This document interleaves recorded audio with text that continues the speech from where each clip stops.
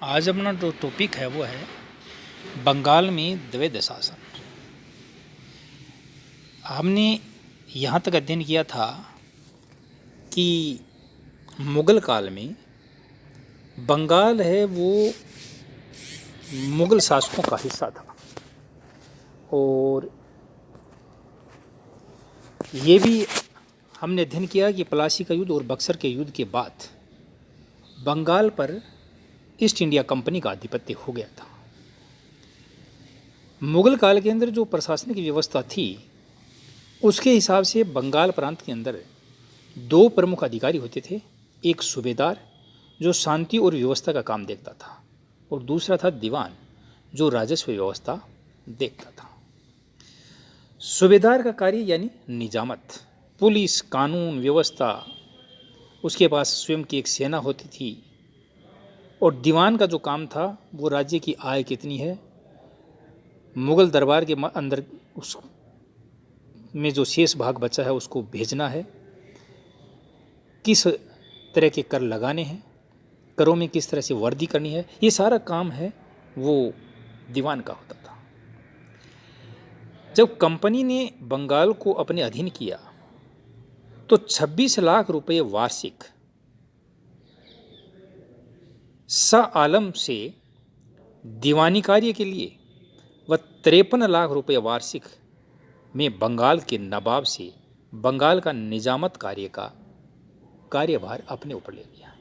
कहने का मतलब ये कार्य निजामत और दीवानी दोनों का ईस्ट इंडिया कंपनी करेगी, और इसके बदले में दीवानी मामले के लिए 26 लाख रुपए और निजामत के मामले में 53 लाख रुपए वो मुग़ल बादशाह को दे देगी। द्वैध शासन के अंतर्गत कंपनी ने दीवानी व निजामत कार्य भारतीयों से करवाया, लेकिन वास्तविक संगतियाँ कंपनी के हाथ में थी। यही द्वैध शासन या जिसको दोहरा शासन कहते हैं ये है कि काम की जो समस्त शक्तियाँ हैं वो तो हैं कंपनी के पास, और काम किससे करवाया जाना है, यानी भारतीयों से।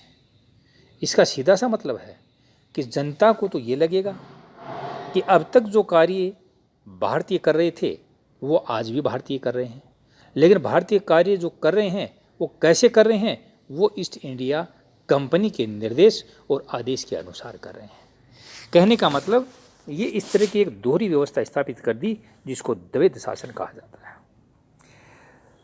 इस समय कंपनी सीधे कर संग्रह का भार अपने ऊपर नहीं लेना चाहती थी, क्योंकि उसे भय था कि इससे एक तो जो विदेशी शक्तियां हिंदुस्तान के अंदर अब तक कायम हैं वो उनसे प्रतिस्पर्धा करने लग जाएंगी, नहीं लगान संग्रह करने के लिए उसके पास एक मशीनरी थी, न उनकी क्षमता थी, न कंपनी प्रत्यक्ष रूप से जनता के संपर्क में आना चाहती थी, और न ही इस तरह का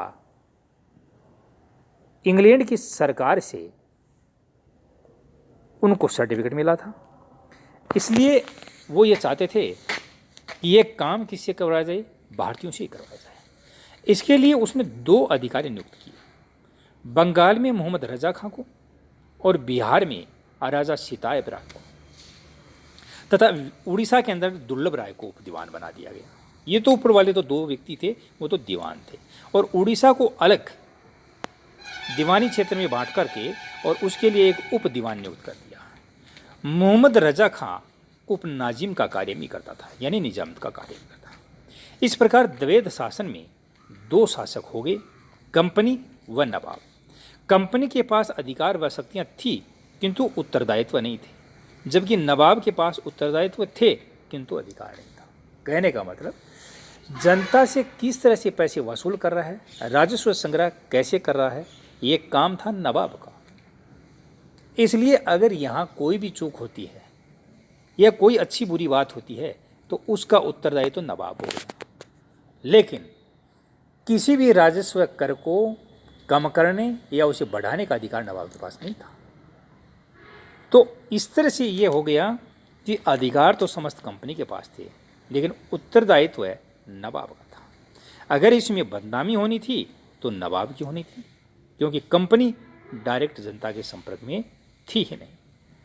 द्वैध शासन के कारण बंगाल में अराजकता व भ्रष्टाचार की स्थिति फैल गई, क्योंकि एक तो वहाँ दस्तक का प्रयोग चल रहा था कि कोई भी लाइसेंस लेकर के अंग्रेज अपना व्यापार करता था तो उसको किसी प्रकार का टैक्स नहीं देना।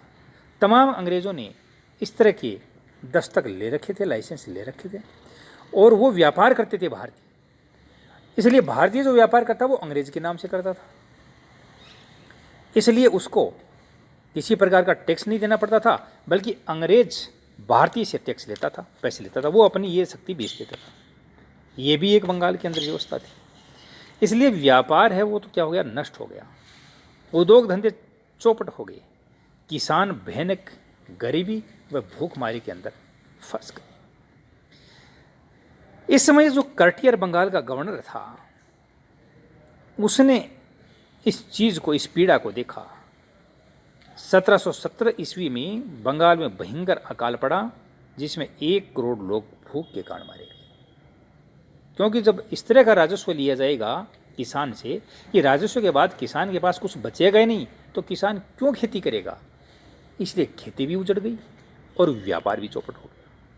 कॉर्नवालिस ने द्वैध शासन के बारे में इंग्लैंड की संसद को कहा था कि मैं पूर्ण विश्वास के साथ कह सकता हूँ कि 1765 से 84 ईस्वी के बीच ईस्ट इंडिया कंपनी की सरकार से अधिक भ्रष्ट, झूठी, विश्वासघाती, लोभी, लालची ऐसी संसार के अंदर कोई सरकार नहीं रही होगी। इतिहासकार के.एम. पन्नीकर ने द्वैध शासन को डाकुओं का राज्य कहा। नजमुद्दौला के बाद मुबारक-उद-दौला का गद्दी पे बैठना हुआ। मुबारक-उद-दौला कंपनी की शरण में या बंगाल का अंतिम नवाब कहा जा सकता है। उसके बाद बंगाल का राज्य है वो डायरेक्ट ईस्ट इंडिया कंपनी का अधीन आ गया था। क्लाइव ने कंपनी के कर्मचारियों में भ्रष्टाचार को रोकने के लिए कर्मचारियों द्वारा उपहार लेने, निजी व्यापार को बंद कर दिया। इससे हुई हानि की क्षतिपूर्ति के लिए क्लाइव ने कहा कि इन कर्मचारियों के वेतन को बढ़ा दिया जाएगा। तो इसलिए क्लाइव ने व्यापार को वापस प्रगति पर लाने के लिए ये कार्य किया, भ्रष्टाचार रोकने का काम भी किया। 65 से में उसने एक व्यापार समिति भी बनाई, जिसे नमक, सुपारी व तंबाकू के व्यापार का एकाधिकार दिया गया। 1768 ईस्वी में सोसाइटी फॉर ट्रेड को समाप्त कर दिया गया। इस तरह से क्लाइव ने कोशिश की कि पुनः बंगाल को आबाद किया जाए, ताकि इससे ईस्ट इंडिया कंपनी को भी बड़ी मात्रा में राजस्व मिलेगा। क्लाइव के समय मुंगेर व इलाहाबाद के अंग्रेज सैनिकों ने दोहरे भत्ते को बंद करने के विरोध में सामूहिक त्यागपत्र की देने की भी कोशिश की। इसे श्वेत लोगों का विद्रोह कहा जाता है, यानी इसमें ईस्ट इंडिया कंपनी के कर्मचारियों ने ही ईस्ट इंडिया कंपनी के खिलाफ विद्रोह करने की कोशिश की। और कोशिश भी क्योंकि वो इसलिए की क्योंकि उनका जो लाभ है, उनकी जो इनकम है, उस पर कंपनी द्वारा नियंत्रण किया जा रहा था। लेकिन क्लाइव ने सैनिकों को दोहरा भत्ता नहीं दिया। दोहरा भत्ता का मतलब एक भत्ता तो उसको मिलता ही था, एक उसे बंगाल, बिहार के बाहर अगर काम करना पड़ता था तो अलग से भत्ता और दिया जाता था। इस तरह से 2 तरह के भत्ते मिलते थे। लेकिन क्लाइव ने इस विद्रोह को दबा दिया और ये विद्रोह समाप्त हो गया। तो इस तरह से बंगाल के अंदर द्वैध शासन स्थापित किया गया, जिससे बंगाल की स्थिति है बड़ी नाजुक हो गई।